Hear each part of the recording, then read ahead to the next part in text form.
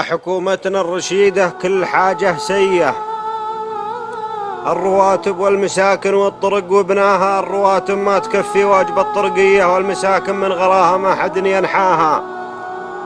الرواتب تنسحب وخيت الجبرية، الدروب كثار لكن عندكم ما جاها. والطرق يلا دخيلك كلها حفرية، وكاميرا ساهر كلتنا نعنق ومجناها. والغذاء غالي وتجار البلد محمية، ولا جانب من بلدنا ممتل مخباها. والتخلف في بلدنا حاجة عادية، عالم متخلفة تسرق ولا أحد جاها. الله أكبر كيف دار المملكة ثرية، والمواطن لقمة الطعام ما يلقاها. العطالة ضيعت شبابنا في غيه، لين صاروا يلجؤون ضدها وعداها. منهم اللي راح لأقرب شلة إرهابية، شدوا حجامه وقالوا جنتك تلقاها.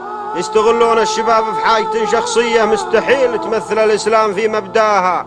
ومنهم اللي للمخدر سلم القضية، وريح أعصابه وخربها وراح فداها. ومنهم اللي في الشوارع بين ذيك وذيه، القدم في سكة الحرام زيد أحفاها. المصيبة بعضهم شهادته فخرية، كان فيها قبل يلقى واقعه يتباهى. وكل أبوهم مشكلتهم حاجة النفسية، العطالة سببتها والنظام أعماها. ودخلكم من قيمة البترول في اليومية عقب المليار، لكن ليه ما شفناها؟ وين دخل الحج هو الغاز يا راعيه، والزكاة اللي يتجمع وين هو مثواها؟ كل عام إعلانكم في الصحف والمرئية تبرق وترعد، ولكن ما يجينا ماها. وكل يوم الصحف تعلن فزعة وعانية من حكومتنا لشعب مستحق أبناها.